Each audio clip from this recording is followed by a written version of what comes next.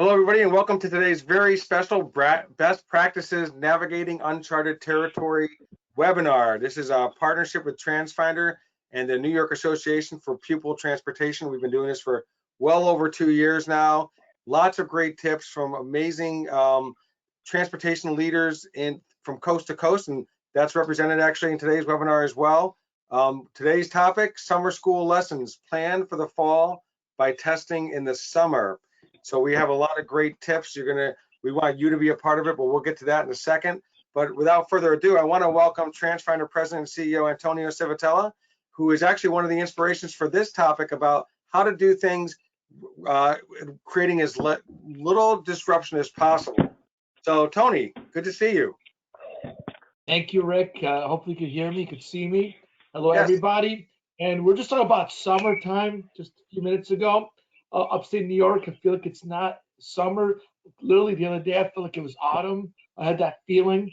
I had a little outdoor fire in my fire pit. I'm like, wow. I had an old sweatshirt. I don't know about you guys. When you have a fire pit out, you don't really have the best wood. Make sure you wear like some old clothes because you're gonna get like little holes and all that. But I'm sure it's gonna be a whole other topic another time. So, but it is summer school. Many schools have already shut down for the season. Now they're getting prepared for the summer. I think a lot of local schools here, it's either today or tomorrow, but it's graduation season, which is kind of cool. I mean, it's a little sad for students, maybe sad for some staff. Some of you probably like, good thing little Tony's not ever coming back again. Let this kid graduate, so thank goodness they're here. But you're right, Rick. This is really today's topic is really about the philosophy I personally live at. And make changes are painful. Want to give you a little change. But when do you know you're making some changes? I've been using this. I heard this a while ago about weightlifting, right? So you put a weight, you're like your bench, you put a lot, or either you're doing curls, and you use the same amount of weight, and then for a couple months it's the same amount of weight. Eventually, they go, well, it's not so bad. It's when you start adding additional weight and then it starts hurting. Guess what? That's when it's most beneficial to your muscles. That's when you're growing. So if you don't get any pain, remember the whole no pain, no gain. It really does mean that. But changes could be painful. So there's really a balance here. I talked about painting, like, oh, honey, let's paint the house this color. Like, how about we just pick one room first, paint that room with that color. If we love it, then we do the entire house. But if not, we only messed up one room. It's that kind of things. Try things out because it could be some cool new color, but you want the entire house? Maybe not. Let's just try one room, maybe even a closet. Who knows? It's about what you should test. And let's face it, we know it. Summertime is the time that you do these type of things. It's a test bed, right? You make those kind of changes. You figure things out. And again, I know from the panelists, there's going to be a lot of all the tips and tricks that they've used and I'm planning on using this summer to make sure that it's the least amount of disruption. Our routing algorithm, by the way, we have put a lot of algorithm on our new products that there's actually an indicator that if you make that change, if you say, yep, go ahead and do it, it actually gives you how it impacts community and how it impacts your operations. You want the biggest impact for operations to save resources, but the fewest impact, number of parents are going to be mad at you. That's really the best case scenario. But hey, I feel like I'm talking too much here. There's a lot we want to share. I know there's going to be a lot of interaction. Please get your questions there. I'm sure we'll be able to answer them as we go. Or Rick, I know you guys are all monitoring this. But and reminder, all this stuff is always, there's a lot of people that I'm sure will love to attend, but they make it today because they're just wrapping up the school year. It's always these are posted up on our website. It's on our YouTube channel. It's everywhere. So you can always maybe share this with other people that in the area, whether it's the New York State or really across the United States. Share with it because I think there's going to be a lot of great tips and tricks from all of you. But let's move on. It's my honor and privilege to welcome our NYAPT Executive Director, Dave Christopher. Dave, how are you? You were having some issues with the audio and video. You're good? Hi, Tony. I'm doing well. How are you? Good. I haven't seen you in a while. Thanks for being on today, and thanks for your partnership for the last 2 years. When you said 2 years, I was, wow, that's gone by fast. And sure has. you know, we were just thrilled to partner up with you for the last couple of years on these webinars, and I think you know, they've been very popular and certainly hopefully done justice to the industry. So glad to be here today on our last one of the school year, and looks like an interesting one. I'm sorry I didn't make the pre-webinar yesterday, the get together that we always do before the real thing. So here we are today. So let me introduce the panelists. We've got a great group of panelists today. I'll start off with Lorianne Savino from the Jericho School District in Long Island, New York, and Julie Arnell, the Assistant Director from Bakersfield City, South Dakota. No, Arizona. I'm sorry. Julie, you've been on before. That's this is what happens. California. This is what happens when you don't attend the pre-webinar. Dave, you're right. I don't know. We had an issue with our technology earlier, so that is California. You're correct. Okay. All right. Okay. Good. Jason Johnson from Horsehead School District down in lower southern New York, and Clayton Randolph, the Assistant Director from North Montgomery Community Schools, Indiana. So welcome all of you, and thank you for being here, and looking forward to the conversation. Rick, I'll turn it over to you to moderate. Thank you so much. And we're waiting on Jason, but we know that this is one of those things that happens. You guys are all crazy busy, and you know, sometimes you get called out to go drive a bus. I know that that's not a hypothetical there. So hopefully we'll hear from Jason momentarily.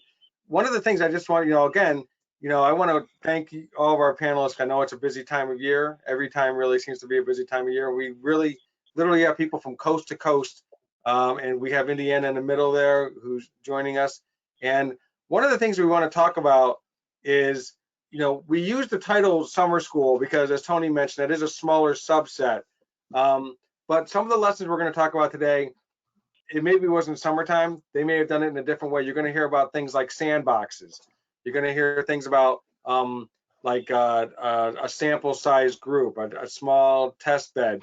So you're also going to hear about apologies and the importance of an apology. And you're going to hear a lot about communication. So we talk about this a lot at Transfinder, and I've heard some of the panelists said it yesterday during our dry run about over communicating. And really, can you really over communicate today? I don't think so. So before we get started in the nitty gritty of the questions, I want to just have all of our panelists just identify themselves, tell a little bit about how long they've been in the district, how long they've been in the industry, and maybe a little bit about their district, maybe how many students transported or how many buses you run, that kind of thing, and then we'll get into the questions. So I'm going to start off with Lorianne. We'll go to Julie, then Clayton, and hopefully Jason will join us, and we'll have him jump in. Thank you, Rick. Thank you, Dave. Happy to be here once again. Lorianne Savino. I'm with the Jericho School District in New York, Long Island. I've been here, I'm in my 11th year. I've been in the industry, I hate to say this, but I'm pushing 30 years. I actually did the math yesterday. So I guess I've been doing this a little bit of time. We have just over 3,000 students. We're growing every month, and we have universal busing here. So everybody gets a bus ride. Wow. I know that some of the people on the panel yesterday were like, wow, they were shocked. I think actually Julie was one that said, we couldn't pull that one off here. Julie, tell us a little bit about yourself and your district. I'm Julie Arnold. I'm the Assistant Director for Bakersfield City Schools in California. Our school district has between 30 and 35,000 children, depending on what year you look at in the last couple of years. We bus 10,000, 1,300 door to door. And if we tried to do every child, I need a different room with padded walls. Thank you. Clayton. Yep, good morning, everybody. Clayton Randolph, Assistant Director at North Montgomery Community School Corporation, about 45 minutes west of Indianapolis. We've got about 1,800, a little over 1,800 students here, and we bus about 12 to 1,300 of them. We're rural, so most of them are door-to-door stops. that's a little bit about us. So you guys missed it yesterday, but you know, Clayton comes from the trucking industry. So yesterday when he's describing students, he talks about he's hauling 1,200. Was it 1,200 students? Yeah, we haul 1,200. Yeah, we hear that a lot. People hear that a lot in this office with me. I love you. And Dave, why don't you give us a little bit about your background too, because you're not just the executive director at NYAPT, but you have a very rich history in the industry as well. Yeah, thanks, Rick. Yeah, I'm a retired transportation director in very small schools with a couple thousand kids. And when I retired, we transported 10,000 students. We were one of the larger school districts in New York State, and you know, I have quite a bit of experience in the industry. Although I've been out 8 years now, so when I get around and I talk to people, I'm like, wow, things have changed. And of course, you know, the biggest event that you all went through that I didn't was COVID, which changed everything for the industry somewhat. So my hat's off to all of you for getting through the last couple of years with that. Yeah, now I'm the executive director of a great state association, and you know, still involved in the industry to a degree, kind of a higher 10,000 foot level involvement. Very good. So we're going to talk about implementing change. And again, this doesn't have to be, we talked about this a little bit yesterday, this doesn't have to be something you did this year or even last year, but it's, you know, recent memory of implementing a change in, you know, best practices, what worked, what didn't, what things, if I knew then what I know now, I would have done this differently. And everybody can learn from you. By the way, any of you attendees, you are part of this webinar. So I am constantly, I know Bridget's constantly looking as well at questions or comments, and we want to get those in as quickly as possible. So if you have a question for either a specific panelist or for the entire group, or you want to just make a statement like, here's what we did, please post that there and we'll get to that as soon as we can. I'm going to start off with Julie. And talk a little bit about you implemented a massive change several years ago, and it didn't quite go as expected. So I'm just gonna let you take it away from here. 5 years ago, we were routing by hand. So we ran about 100 bus routes, 50 sped, 50 reg ed, and routing it all by hand. Pulled in software, went with Transfinder, and went from 44 build times to 3 build times over a summer. And had a horrible start of the school year. We had at least half of our children not on PM routes. We had many not on AM routes. And what we found was no one was trained well enough. That was our fault. And we didn't train enough people. So we took 2 weeks, we rebuilt, we built well, and we apologized and apologized and apologized to everyone. We called every special ed parent and apologized. And now this summer we're doing it again, and we're going from 3 tiers to 2 tiers. So we'll have 2 build times next year, but now we know what we're looking at. We're actually almost done with our bus routes.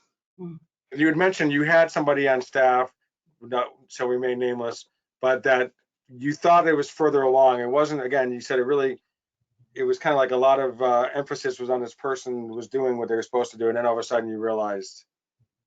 It was what we found. We had a router. None of the rest of us learned the software. That was our mistake.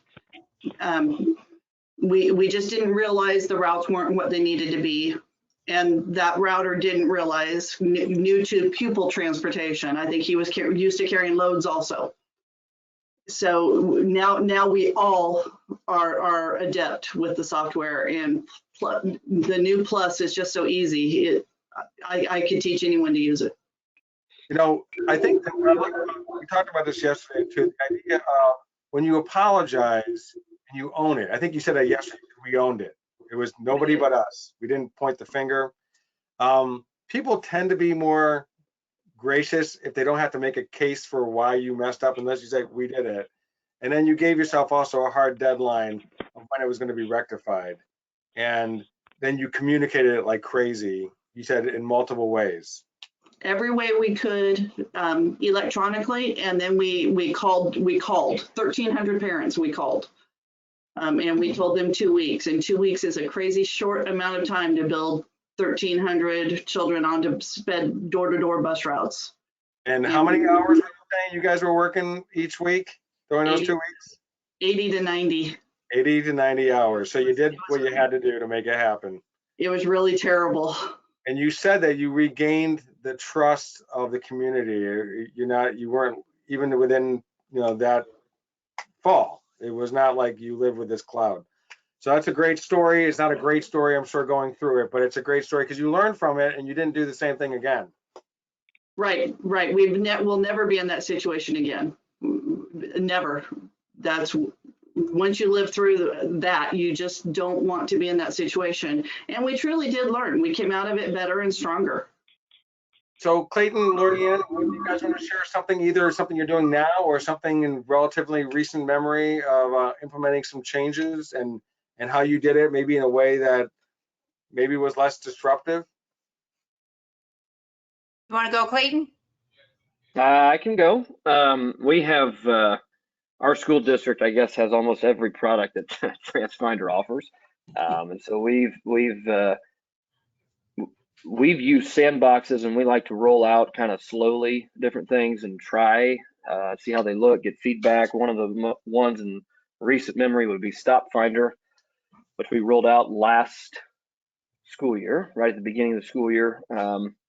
I actually used our summer school routes as kind of I guess a pregame of what we were going to do for the school year. I had a couple of parents that we felt like we could trust, give us some honest feedback, and it seemed to work out really well for us. When we transitioned from Pro to Plus, we also used a sandbox for about 2 or 3 months, allowed myself and my office staff to train on it, play with it, just kind of learn some of the features it would do. I think our project manager helped out with that at the time, but it was really, really helpful. And I think about every product we've used from Transfinder, we've had a sandbox, and we've tried to just incrementally implement it as we go. So just to explain a sandbox, it's basically an environment that's not live. It's not, but it's something that you can play with, you can mess up, and that's where it's meant to be. Yes, we had no problems making adjustments, seeing how things would work, and trying to get it to screw up, I guess. But we redid a lot of our routes prior to last school year, and we were able to use that sandbox in Plus to make all of our changes and learn on the go, which I think helped us a lot. I thought one of the points that you made just now was really crucial too, was this idea. I think you said, what, 5 sets of parents that you had in your test group there, and you used the word trust, which I think is a really good one. So these are not people that, if they weren't happy with it, are going to go on social media and saying, hey, the district's going to be releasing this parent app, we're not happy. But these are people that you knew, you trusted, work out some kinks, and also could give honest feedback. Tony's always quoting, the good, the bad, and the ugly. I think his son didn't realize there was a movie. He goes, Dad, it's actually a movie, son, about this. But the good, the bad, and the ugly, which is not always easy to hear, but it is what's helpful to make you be better. Right. Yeah. That was important. I mean, for us, at least for me, to see that, use that. Parents, I think, don't really care what you think. They're going to tell you, either way. So, but the ones we use, I felt like, we could really get some good stuff to go forward with. Very good. Lorianne, you're up. Yeah, thanks. I think technology for me is a different experience. I'm actually forced to do upgrades and add products to my buses and my department. So I do it always kicking and screaming.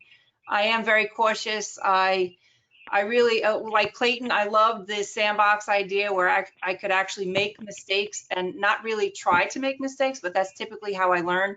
So it just was a much more comfortable environment for myself and my team. And we actually worked backwards. We looked at the calendar and figured out when did we want to actually start with the new system.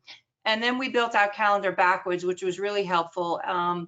Because there's a lot involved, if you want to do your upgrade on your maps, like you said, how are you going to communicate to the administration and the community? So we did a lot of legwork, getting the cost justification through the board, and the business officials. So we really we started from when we wanted to implement and worked backwards in the steps that we needed to take to do the upgrade. But it was seamless. For me, a bigger project was when we tried to get our student database, which we use PowerSchool, to communicate well with Transfinder. That took us about 1.5 years. And I don't know if now's the time, Rick, but you said, you know, what would I do differently? I think what I would have done differently with that whole project was to meet with the building secretaries, those who are importing the student data, and make sure that they understand, you know, what it needs to look like so that it matched well with Transfinder, because that took us a long time to iron out the kinks with that and the school codes and stuff. So I would have done that differently. I would have started with them before I tried to get the two systems to talk to each other. So I agree with Lori. The import, we use PowerSchool too, and the import can be a little tricky. Mm-hmm. I basically, because I'm not IT at all, so I basically got our IT PowerSchool coordinator and our project manager together and said, hey, you two get this figured out, because I have no idea and I don't really have time to learn. I tried that. And we're in a different situation. With 45 secretaries who enter information, we have opted to not do auto imports. We manually import, so move things to Excel, extrapolate the data, pull off the apartment numbers, space numbers, unit numbers, and then import it back in. It takes about 1.5 hours to do it if you know what you're doing. Oof. So yeah, we don't do it very often. Dave, can you think of a time that you had to bring about some either technology or implement some sort of change, and you did it in a kind of a bite-sized approach? Well, I can talk to you way back into the 1980s when we first got into computer routing, all the way up until, you know, the 2000s when we were very efficient with computer routing. But I will tell you that everything I'm hearing here, you know, makes a lot of sense. And some of it I learned the hard way. You know, back in the 80s, we implemented systems that we allowed one person, for instance, to do the implementation. The only person in the like a 7-member team who you know, was involved. One person did all the work, and the other 6 had no idea what was going on. That was bad. We had no backup. And something to Julie's point, I think it's very important that the top leader, you know, be somewhat involved in the routing process and understand the systems, because, you know, you're going to oversee this. You know, to my point, I used to do all the kindergarten routing. I had very, very good routing specialists, and she would cringe every time she saw my routes, and then she would go through and, you know, do her thing, and they came out perfect all the time because she was excellent. But the point being is that I had my fingers in it to some degree, and I understood it enough to be able to make decisions and to you know, make sure that it was being done correctly, you know, to my satisfaction. Because at the end of the day, you're responsible. So you know, I like that, Julie. I like the point that you made. I think, you know, being able to test things out ahead of time is very important. I remember the very first computer routing system we used, we did one school, and you know, everything else was handwritten, and we tested it out in one small school. And, you know, through the years, you know, I don't know, I just learned the systems better and made better decisions, some through trial and error. And you know, the latest was, you know, the download from the student accounting system. We managed to master that, and we actually did it because we were a large district. We didn't depend on a mass, you know, download. We did like Julie did. We downloaded to a Excel sheet and went through it and made sure it was correct, and then inputted it into the system, because, you know, as you know, transportation routing systems, they're very street specific, and, you know, you put garbage in and it messes everything up. So, you know, all those kinds of things make great sense, you know, to, you know, oversee it. And I remember the day, and you'll all probably laugh about this, when the computers routing companies would say, and your school districts would say, put the computer routing systems in, you'll save money and you'll save people. And what they didn't tell us was you really need a person to run that thing, because you so much depend on it for every aspect of your operation that you really need that expert person. And at the end of the day, you know, we did that, and you know, very valuable tools. I don't know how you could be without them in this day and age. That's good. Thank you, Dave.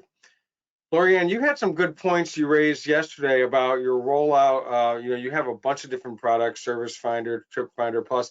You talked about Trip Finder, though. You had a unique approach to that. I think at the building level, right? That's how can you tell Yeah. share a little bit about that story? Because I think there's another nugget here that people who are watching could benefit from. Yeah, well, when I came on board with Jericho, they take pride in saying that they're a paperless school district. And for those of us who are doing paper field trips and charter trips, there's a lot of pieces of paper that are attached to that. So I had introduced this trip finder idea with the superintendent and business official, and they said, do it. Of course, I didn't know anything about it, so I had to learn it. But I did go in with all the building clerical folks that would be handling it and the administration, right, the principals, because there's that approval level. And I walked them through the process and what it was going to look like. And then once we put the system in place, I went to each building and sat with the individuals that were doing the import of the school trips and charter trips. And that worked out really well. We didn't have a lot of hiccups with that. And we also showed them how to look up the student information, which saves on a lot of phone calls. It really did bring down the number of calls that my office was getting about specific children and traveling on different routes. So that was good. Very good. Anybody want to add to that approach? Clayton, you talked about putting everything on a tablet, correct? Well, that was, I think, Jason. I've got tablets, but I think Jason was the one that. Okay. So tell me, have you ever done a pilot program, something that you said we have to make an about face, we have to change, this is not going to, you know, maybe you're kind of you're just wading into it and all of a sudden you realize we got to make a change, something that you thought you might be going for? I might feel that way when we do this parent app over the summer. I might think, I wish I didn't do it. We'll see how it goes. But you'll get there. I'm just, my biggest concern is that parents are going to they're going to be more vocal. They're going to be a lot more vocal in my community. That's my concern. You know, why is the bus on 7th Street and not on 8th Street? It should be on 8th Street. And there's going to be a lot of people I'm going to have to answer to. That's my biggest worry. I'd like them to just look at it and say, oh, the bus will be here in 5, 10, 7 minutes or whatever. But I don't know if that's how my community is going to handle it. But I'm going to do what Clayton did. I'm going to start in my summer program with a few parents who are reliable and excited about the product and see how it goes. Right. You know, I don't know if when we rolled ours out, I don't think I had, Lori, any parent ask me that question. I'm praying. Well, to be honest with you. They do it now, Clayton. They do. We post our routes on the website, and they'll call and say the bus is going in the wrong direction. This should be the 3rd stop, not the 5th stop. It's yeah, well, okay. I can see where that could happen. yeah.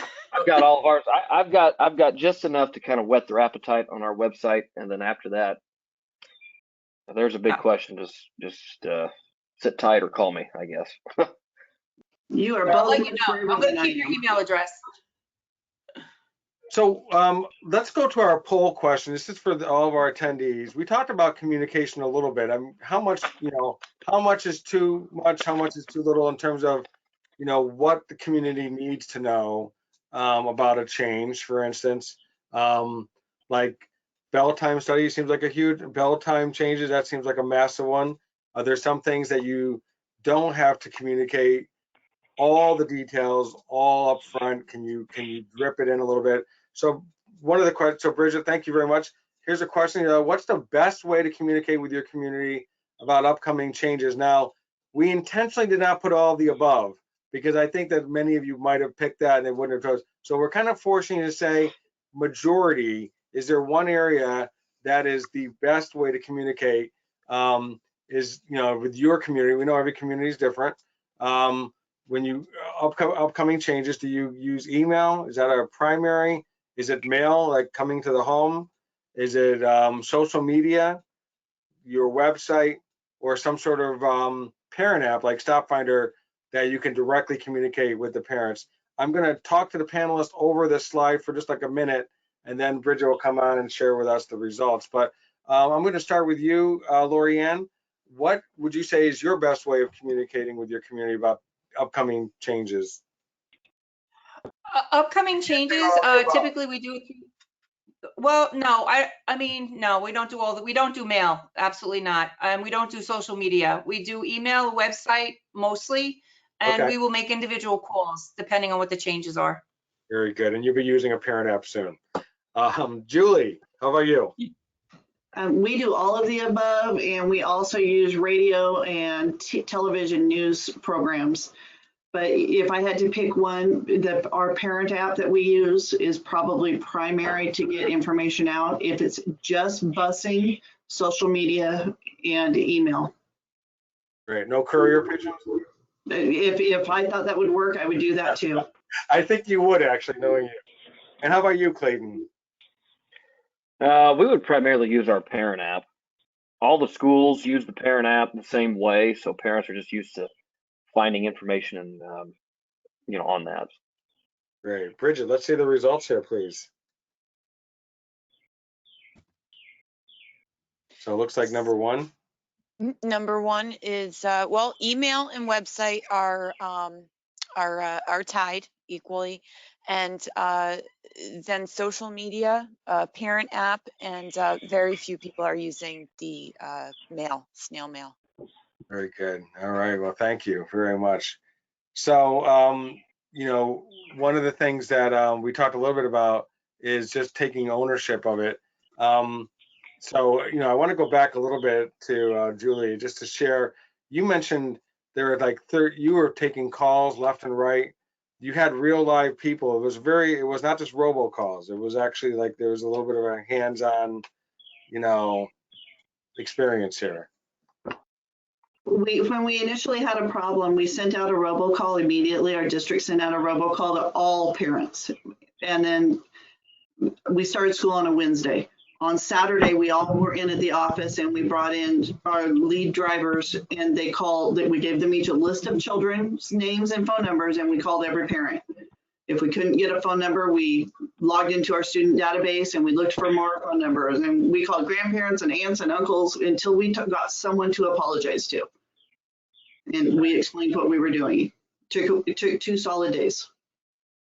Now, Clayton, you mentioned yesterday, I think this is correct, you switched parent apps, right, to Stop Finder, right? And you've gotten, tell me a little bit about, you're still working on trying to get invite. That's one of the things is it's tricky sometimes. I told you guys a little bit of a story about, I was involved in my church youth group for a couple of years when we were between leaders, and we would email, we would put it on social media, we would text, we would send it from the pulpit, and there were some parents that go, we never knew about this campfire event or whatever. And I'm like, I feel like some parents saw information as like a dodgeball, to be like, any way I was going to try to get them, they were not going to let that information touch them somehow. And you said that you're still, the parent app is only as good as the number of people who sign up for it, and you're still working that. So how do you, all of you, I guess, question is, how do you get buy-in from your community on whatever that change is that you're doing, and to be engaged? I'm going to start with you, Clayton, but then Lori Ann and Julie, if you guys could jump in as well.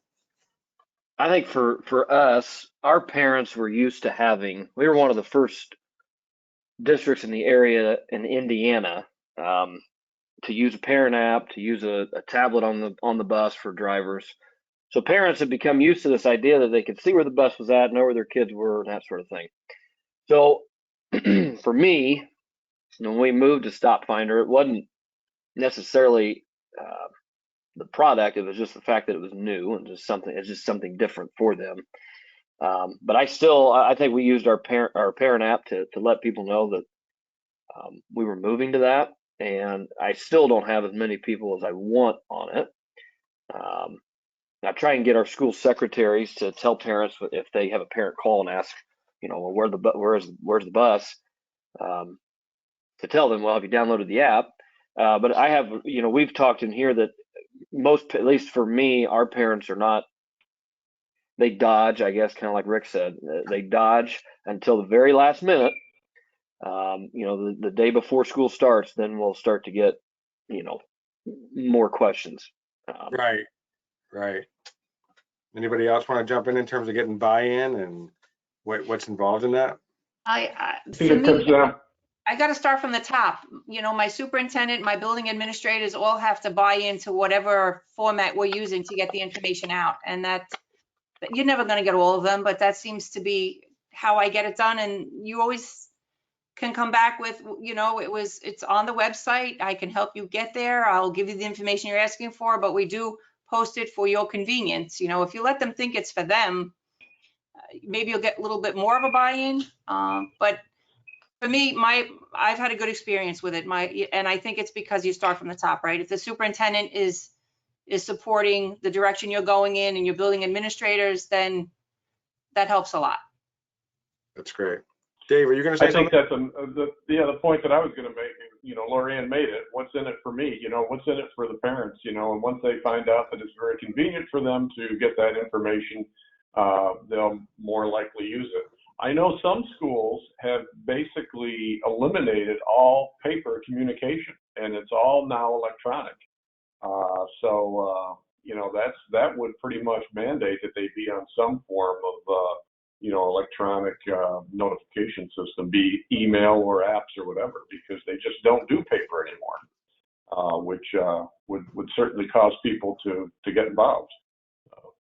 Very good. And Julie, anything you want to add? I think I agree with what they have both said, what Lorianne and Clayton have said, but I also think at who your children are, who your parents are, and how to communicate. How will they receive it? We'll have our bus drivers announce at every bus stop, don't forget we're moving a bus stop in 3 days. Don't forget we're moving a bus stop in 2 days. We'll hand out notes as they get off the bus. Our school district's something like 95% free and reduced. So many of our families don't have electronics at home to access data. So we'll do anything we can possibly do to notify our parents what we're doing and why. That's a great point. I forgot about that. I will use our drivers too. Drivers also, I think our folks take ownership of the route and the kids a lot. And so they, a lot of times they take it upon themselves to give them information before maybe I've even had a chance to say, hey, go ahead. Which 9.5 times out of 10 works. But the administrator buy-in, if it's administrator, I usually tell them, hey, it's going to lessen phone calls. And then, that usually, okay. And efficiency, that seems to be the magic word for me in my district is efficiency. They seem to like that. It's like a buzzword. Oh, yeah. Well, and I'm with Clayton with our drivers and ownership. I think this is every district in the country. My drivers will walk in and say, I need to talk to you about my kids. I said, wait, your kids or your kids? Which ones? The ones that you go home to or the ones you drive around all day? So that's what they really do. They love their children and they want to make sure they have the best experience possible. That's great to hear. Got a couple quick things I want to go to with the attendees. One was asking, it's not directly related to what we're talking about, but it's obviously relevant still, is when does everyone usually have their fall routes completed by? So I'm just going to go with Julie and then Clayton and Lori. Yeah. So my drivers bid on bus routes. We bid our routes. I have to look at a calendar. Our actual date we have to post them, and we do that electronically, is August 1st. So 1st. my routes will be done by mid-July for us to pass them out to all of our inside staff to check them for problems. And then that gives me time to go through everybody's routes that have been built and check them and check them and check them. And when's your first day of school? August, this year is the 17th. Okay. Clayton. Nice. So we're almost done with summer school. So today is my last day of summer school. We have a summer jump start, which is the last week of July and the first week of August, I think is the date. So I try and have our stuff ready to go. I think this year it's going to be August 3rd. June 20, yeah, August 3rd. So we don't bid. Everything I have is corporation owned. So basically, it's just making sure there's a butt in the seat to start the year. But August 3rd, I'll have a driver's meeting. We'll get together. I use the reports from Plus, print them out, give them everything they need. Ours will then go drive everything and try and get time situated. They'll come back to me. They'll say, hey, this needs, this stop, this time needs to be adjusted. And then I'll do that so that parents can see it on the app and on the website and all that sort of stuff. Typically, in total wrapped up, I would say the second week of school starting. They're probably finalized completely. Of course, there's always changes to make throughout the year, but 2 weeks before the start of school. Yeah. And Lorianne? I'm trying to give you a short answer. We didn't start summer school yet. We start on July 5th. So congratulations to both of you almost being done with that. We have to wait for our schools have to roll their schedules. So our data doesn't get rolled and go live until July 13th. And then we take 2 weeks to route. We post it to our parents. Parent make friendly suggestions or requests. And then our routes go to our contractor. We have another layer, right? So we have to figure out when they're doing their pick. So our routes will go to first student on August 12th. And our first day of school is August 29th. So that's another area where I build backwards, right? From the first day of school, when do I need to make it happen? That's great. And then Clayton, I had a question from Monica asking how many parents signed up for the Stop Finder app?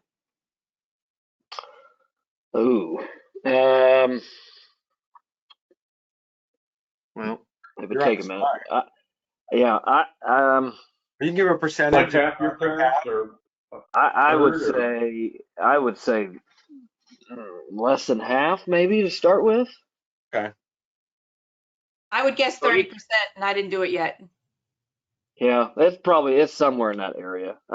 They can also, the one thing too, we had a tough time too with our power school getting the parent contact into Plus. And so obviously that slows it down, because if I don't have a contact, I can't send them the link. Right. And then the link sometimes goes to the junk folder. So that's something else to look for. So if I'm on the phone with a parent discussing it, I will tell them, make sure you check your junk, because it's probably in there. We will, we have also created an entire media kit, by the way. I don't know if you're aware of that. I did use that. Yep. Helping connect with the local media. And by the way, I'm at your disposal, Clayton and Lorianne and Julie. If you ever need me for helping to reach out to the local TV stations or whatever, to just do a story on it, I might have a link to help you guys as well. We've never done that before quite in this way, so it's kind of a unique approach. One thing I want to go back to with you, Julie, for a second, when you talked about rolling out, I'm looking at my notes here, when you talked about rolling out Plus, you started with one class, is that right, in the summer? Yeah, we actually moved to Plus in, I think, March, and we did the first online classes during COVID. So one of the routers and I did the online class, and we sat down afterwards and went, this is kind of easy. What are we missing? Something's wrong. This is a little too easy. So we started playing in a sandbox, and with our current data, our current summer school coming up in 3 months data, and she came in, she goes, I think we can do this. I said, I think I have about half the routes built already. And she says, so can we get rid of Pro? I went, well, not quite yet. So I think we did one more class. We built all of our summer school routes within 2 weeks of buying it, the software. And in well under a month, we were no longer using Pro at all.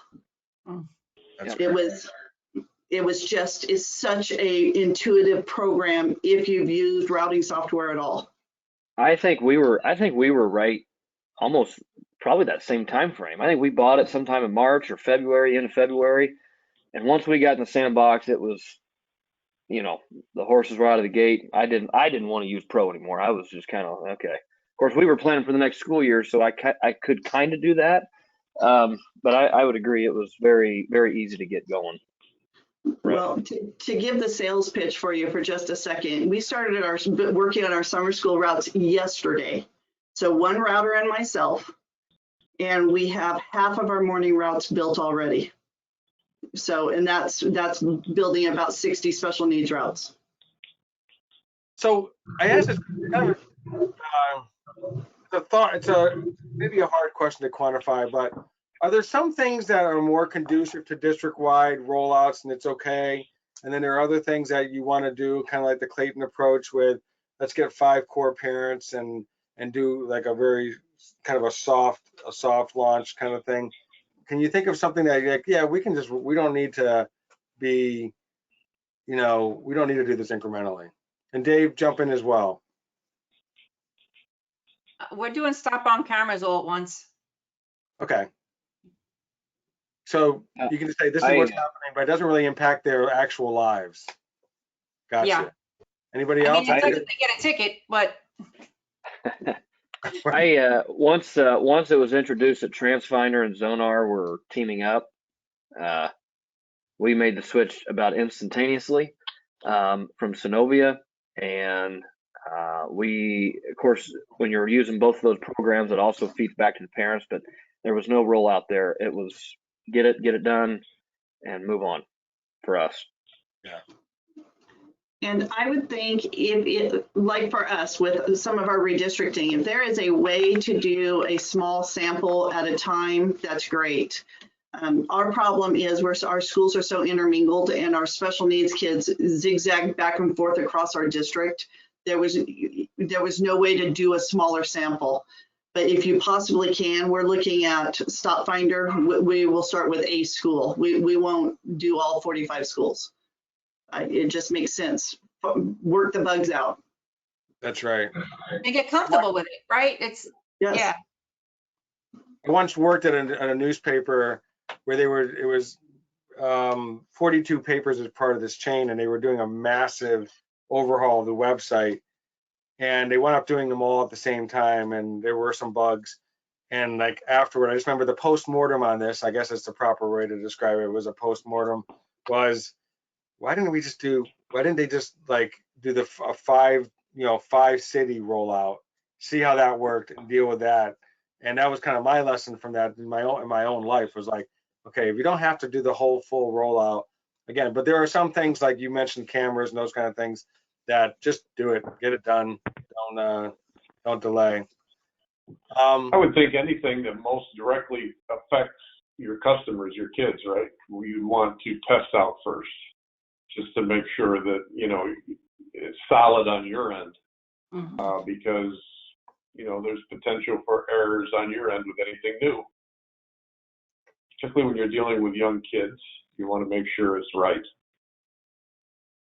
So we heard a lot of things. I've heard like even, we haven't gone into too much detail, but a little bit on bringing in leadership as part of that. We've talked about this many times in the last 2 years, how transportation has a seat at the table, maybe like never before. And just the superintendents and building principals working hand in glove more than ever before with transportation. And so involving that, anything that, any other pieces to that? I know, Julie, I was thinking a little bit about, again, going back to 4 years ago when there was a disaster. You went into great detail yesterday talking about just regular meetings with all the leadership and what have we done and where are we going? And then the next day, and everybody kind of, being part of the solution when there is a bad rollout. We did. Our goal was for all of you to never hear our name on the news. So every afternoon we had a recap of the day, what had gone right, what had gone wrong, and how far we made it. And we did that for about 3 weeks, even after we had started our new routes and started the year again. We did that for about 3 weeks, and it made a huge difference. Our principals needed to hear from their superintendent that we were fixing this problem, because it was a huge mess for our school sites.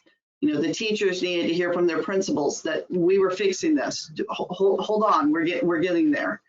So by being honest and upfront and having those one-on-one meetings continually, it made a big difference to us coming out of it with our jobs.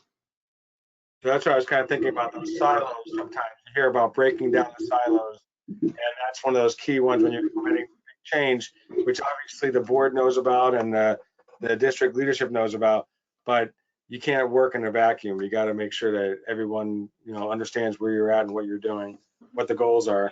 I can add a unique perspective to that, Rich. I have the opportunity to work with, a lot of transportation supervisors all across the state.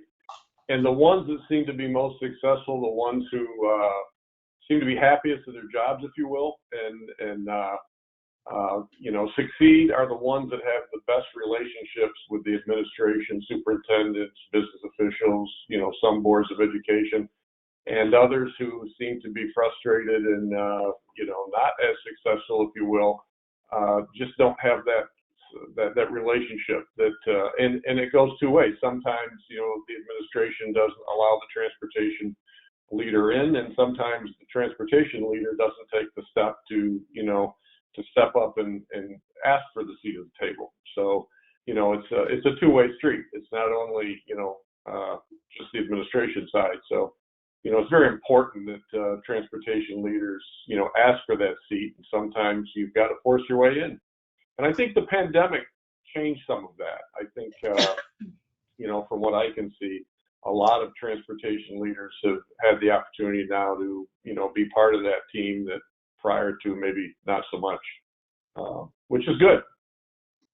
Yeah, I agree with that. I always point out Lori Ann because she's got a great seat at the table. She's the only transportation director I know of that can walk into the superintendent's office unannounced any time of the day. So she's got a great relationship with her team, and that's a good thing. It makes the whole team work better together. Well, I'm going to say that, thank you, Dave, for that, but I had to make the decision to show up at board meetings and to raise my hand and say, invite me to the table. And we bring a lot to the table, right? If we're talking about special needs transportation, we should have a voice at the table. If we're talking about emergency evacuation drills, of course we should be at the table. If we're talking about a student suicide or student who has passed away or been killed, we should have a seat at the table. That's going to impact our riders, our drivers. I mean, there's so many things that we really are part of the bigger picture. We weren't always, but we definitely are now, and we should be. And I think you're right, Dave. I think COVID brought the light back to our department. So anybody who's not taking advantage of that right now, you certainly should, and let folks see how valuable you are and your department is for the safety and well-being of all our kids that ride school buses. I agree with that. I think I've got every one of our principals' cell phone numbers, assistant principal cell phone numbers, superintendent cell phone number, central office cell phone numbers that can be called anytime. I'm sort of like, you described with Lori, I can walk into our superintendent's office anytime. I called her just last week and asked her some questions about some things. So it is very important. I think you're right. COVID did shine a huge light, because what we found is if you don't have drivers to get kids to school, probably not going to be school. And that was a kind of a shock. And the amount of times we had to contact trace on a bus involved quite a few people. And so everybody got to know that, the power almost shifted to here, in this building, which was really unique, and frustrated some people, I think. Yeah. We got a hear from Donna Hackett for you. Hear loudly. Go to your Board of Education meetings to become visible, and then you will very naturally be heard. So very good. That's why you have to earn the respect, right? Folks just talk to you on a phone. They don't know you.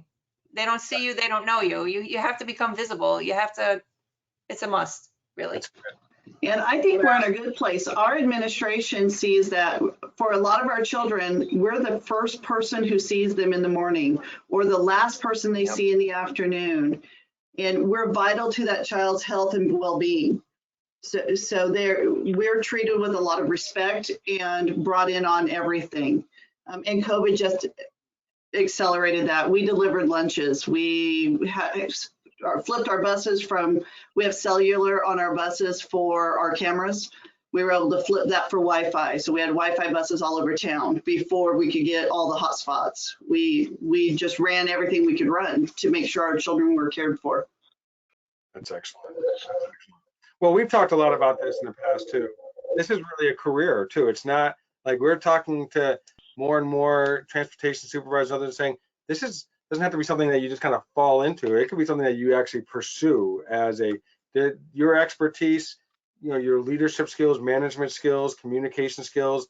Yes, Lorianne, your technology skills, all are in great demand, and people are climbing the ladder, either going from one district to a larger district, and we're seeing more of this Dave, would you agree with that this is really becoming a real career, not just something you fall into? Oh, absolutely. In our association, we talk about that all the time, and we're really working hard to develop professional development to help people, move into those jobs, because I will tell you that the turnover in the leadership jobs of transportation department is significant the last few years, like a lot of areas.